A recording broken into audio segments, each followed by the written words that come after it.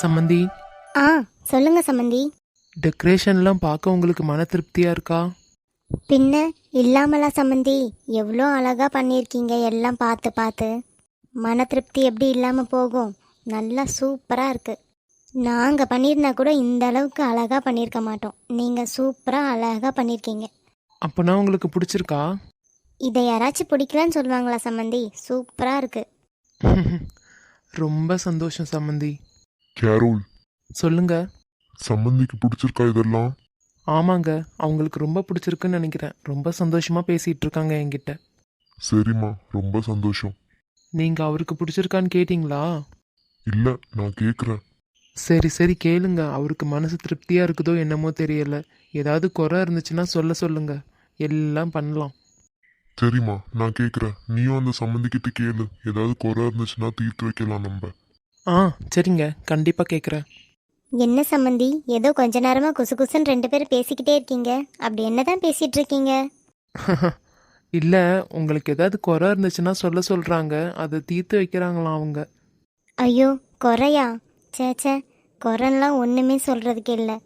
நிஜமா தான் சொல்கிறீங்களா? ஆமாம் சம்மந்தி, ரொம்ப சந்தோஷமாக இருக்குது. அவ்வளோ அழகாக பண்ணியிருக்கீங்க எல்லாம். என் கண்ணுக்கு பார்த்த வரைக்கும் ஒரு குறையும் தெரியல. அந்த அளவு எல்லாம் பர்ஃபெக்டாக பண்ணியிருக்கீங்க. சரிங்க சம்மந்தி. சம்மந்தி, உங்களுக்கு எப்படி இதெல்லாம் ஓகே தானே? ஒரு குறையும் இல்லை. ரொம்ப சந்தோஷமா இருக்கு. மனசுக்கு நிறைவா இருக்கு எல்லாமே பார்க்கறதுக்கு. அவ்வளோ அழகா பர்ஃபெக்டா பண்ணி வச்சிருக்கீங்க. ரொம்ப சந்தோஷமா இருக்கு சம்மந்தி. ரொம்ப ரொம்ப சந்தோஷம் சம்மந்தி. ஏதோ ஒரு தவறுதல்னால நடந்த கல்யாணம். என் பையன் உங்கள் பொண்ணை விரும்பவே இல்லையே, எப்படி கடைசி வரையும் வச்சு காப்பாற்றுவான் அப்படின்ற சந்தேகம்லாம் உங்களுக்கு வேண்டவே வேண்டாம். ஐயோ சம்மந்தி, நான் அப்படியெல்லாம் யோசிக்கலை. இருங்க சம்மந்தி, நான் சொல்லிடுறேன். ஆனால் இவ்வளோ நாள் வரைக்கும் வேற ஒரு பொண்ணெல்லாம் இந்த பையன் விரும்பிட்டு இருந்தான். இப்போ திடீர்னு என் பொண்ணு கழுத்தில் தாலி கட்டிட்டான். இவ்வளோ தூரம் ரிசப்ஷன்னு சொல்லி வந்து நின்னாச்சு. இவன் நல்லா பார்த்துக்குவானோ என்னமோ தெரியல என் பொண்ணை அப்படின்ட்டு ஒரு கவலைலாம் உங்களுக்குள்ளே இருக்கும்ல. அப்படி நீங்கள் நினச்சிங்கன்னா அன்னைக்கு சொல்கிறது தான் நான் இன்றைக்கும் சொல்கிறேனே. உங்கள் பொண்ணு எங்கள் வீட்டு மருமக இல்லை, எங்களுக்கும் ஒரு பொண்ணு மாதிரி இருந்துச்சு. நாங்கள் பார்த்துக்குவோம். எங்களை நீங்கள் நம்பணும் சம்மந்தி, அதுதான் எங்களுக்கு வேணுமே. என் பையனை பற்றி நீங்கள் ஒரு கவலையும் பட வேண்டாம். அவனை நல்லபடியாக பார்த்துக்க வேண்டியது எங்கள் பொறுப்பு. எப்பவும் தப்பான வழிக்கு போகவே மாட்டான் அவன். என் பையன் தப்பு பண்ணாலும் நான் தெரியாமல் தப்பு பண்ணிட்டேன், ஆனால் என்னை மன்னிச்சிடுங்க, இந்த வாழ்க்கை எனக்கு வேணான்னு சொல்லலை சம்மந்தி.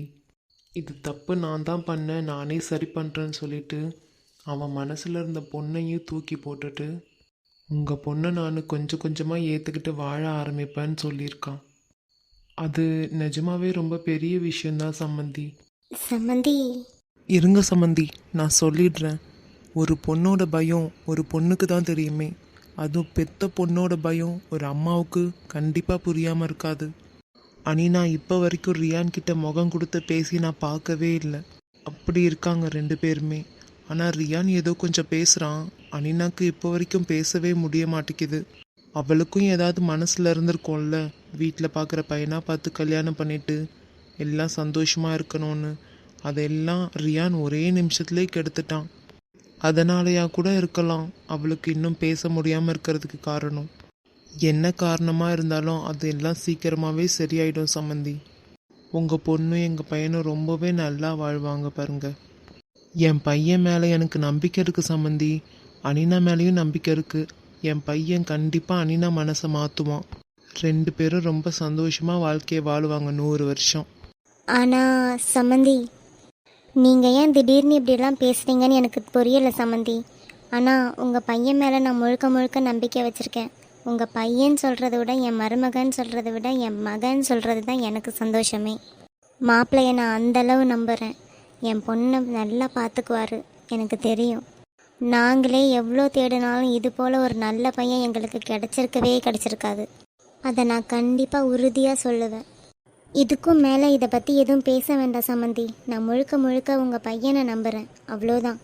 எனக்கு 2 பிள்ளைங்க இருக்குது. அதில் ஒரு பிள்ளையோட வாழ்க்கை ரொம்ப சந்தோஷமாக ஒரு அழகான வாழ்க்கை அமைஞ்சிருக்கு.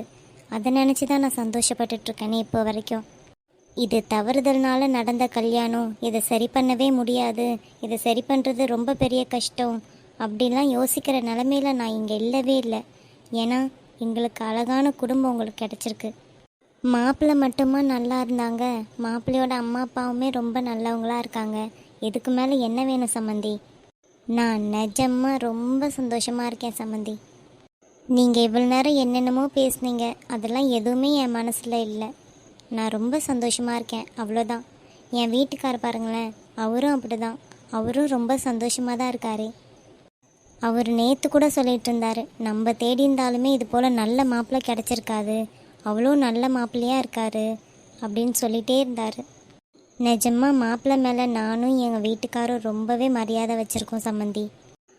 அதனால் நாங்கள் உங்கள் எல்லாரையும் தப்பாக நினச்சிட்ருக்கோம் அப்படின்னு மட்டும் நினைக்காதீங்க. இப்போ வரைக்கும் நாங்கள் உங்களை தப்பாக நினைக்கவே இல்லை. சம்மந்தி, நீங்கள் சொல்கிறதெல்லாம் கேட்கும்போது ரொம்ப சந்தோஷமாக இருக்குது. எதையும் மனசில் போட்டு குழப்பிட்டுருக்காதீங்க. நாங்கள் எதுவுமே தப்பாக நினைக்கல. நீங்கள் பேசுனதுலேயே புரிஞ்சுது சம்மந்தி. நம்ம பிள்ளைங்க 2 பேரும் பாருங்க, அங்கே மேடையில் எவ்வளோ அழகாக நின்றுட்டுருக்காங்க.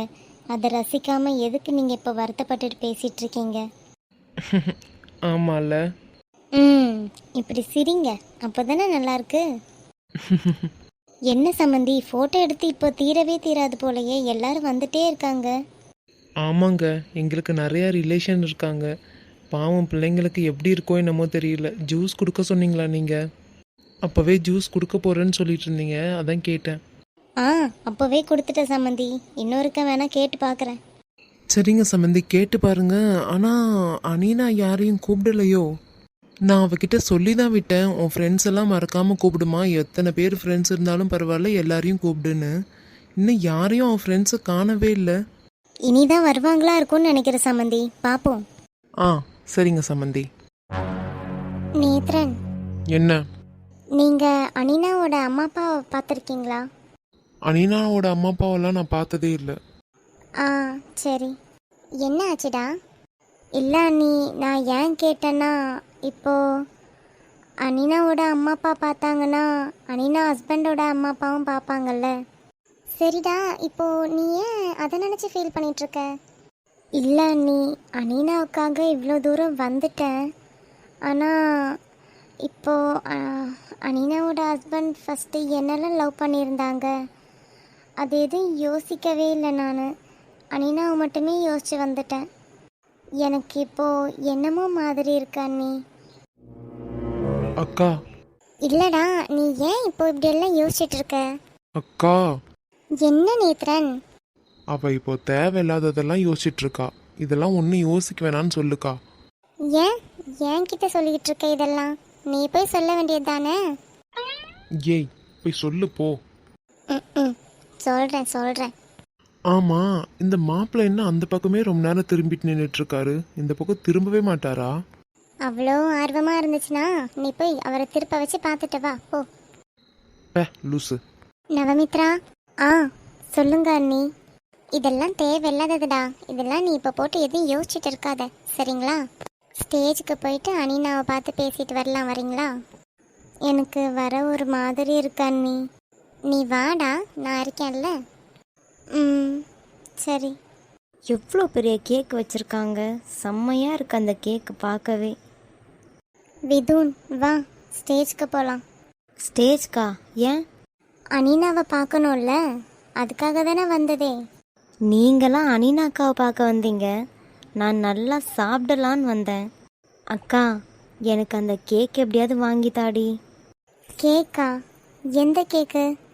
இப்போ எதுக்கு இவ இப்படியெல்லாம் யோசிச்சுட்டு இருக்கா? முடிஞ்சு போனதையே யோசிச்சு எதுக்கு இப்போ இப்படி ஃபீல் பண்ணிட்டு இருக்கான்னு தான் எனக்கு புரியலை. இந்த பிரச்சனையில் அஃபெக்ட் ஆகாத இவளே இந்த அளவு ஃபீல் பண்ணுறானா, அப்போ வருண்? ஐயோ ச்சே, பாவம், அவன் இப்போ என்ன நிலைமையில இருக்கான்னு தெரியல. அனினாக்கு ரிசப்ஷன் வைக்கிறத சொல்லி அவனே தான் ஃபீல் பண்ணிக்கிட்டு இருந்தான். இது எப்படி அவனுக்கு தெரியும் தான் எனக்கு தெரியல. அப்போனா அவன் கண்டிப்பாக இப்போ ஃபீல் பண்ணிட்டு தான் இருப்பானே. இப்போ நான் வருணை பார்க்க போகணுமே, இவங்களெல்லாம் இப்படியே விட்டுட்டு போகவும் முடியாது. என்ன பண்ணுறது? இனி வீட்டுக்கு போயிட்டு அதுக்கப்புறம் தான் நம்ம போயிட்டு வரணுமா இருக்கும். சாரிடா மச்சான், நீ அங்கே கஷ்டத்தில் இருக்கும்போது உன் கூட இருக்க முடியாத நிலைமையாயிடுச்சு. அதோ இருக்கு பாருடி, ஸ்டேஜுக்கு பக்கத்தில் பாரு, எவ்வளோ பெரிய கேக் இருக்கு. ஆமாம், அதுவா வேணும்? ஆமாம், அதான் வேணும். சரி, வீட்டில் போயிட்டு அண்ணங்கிட்ட சொன்னால் அண்ணன் வாங்கி தருவான். வீட்டில் போய் சாப்பிட்டுக்கலாம், சரியா? எனக்கு இப்போ தான் வேணும், அந்த கேக் தான் வேணும். வேண்டாம் விதோன், சொன்னா கேளு. வீட்டில் போயிட்டு அண்ணன்கிட்ட வாங்கி கொடுக்க சொல்லி சாப்பிடலாம். எனக்கு இதுதான் வேணும், போ. நவமித்ரா, என்ன பேசிட்டு இருக்கீங்க ரெண்டு பேரும்? அண்ணி, அவனுக்கு அங்கே ஸ்டேஜுக்கு பக்கத்தில் வச்சுருக்காங்கல்ல, அந்த கேக் வேணுமா? நான் வேண்டான்னு சொல்லிட்டு இருக்கேன். வீட்டில் போயிட்டு அண்ணன்கிட்ட வாங்கி கொடுக்க சொன்னால் வாங்கி கொடுப்பான், அதுக்கப்புறம் நம்ம சாப்பிட்டுக்கலாம். இங்கேருந்து வேண்டான்னு சொல்கிறேன். விதோன், அந்த கேக்கா வேணும் உனக்கு? ஆமாம் அண்ணி, அக்கா கிட்ட கேட்டேன், வேண்டாம் அண்ணன் வாங்கி தருவான் அப்படின்னு சொல்லிட்டு இருக்கா. எனக்கு இந்த கேக் தான் வேணும் அண்ணி. சரி, நம்ம கேட்டு பார்க்கலாம். தேங்க்யூ அண்ணி. சரி, இப்போ நம்ம அனினா அக்காவை பார்க்க ஸ்டேஜுக்கு போகலாமா? ஓகே அண்ணி, போலாம். ரைட்டு. நேத்ரன், சொல்லு. ஸ்டேஜுக்கு போகலாமா? சரி.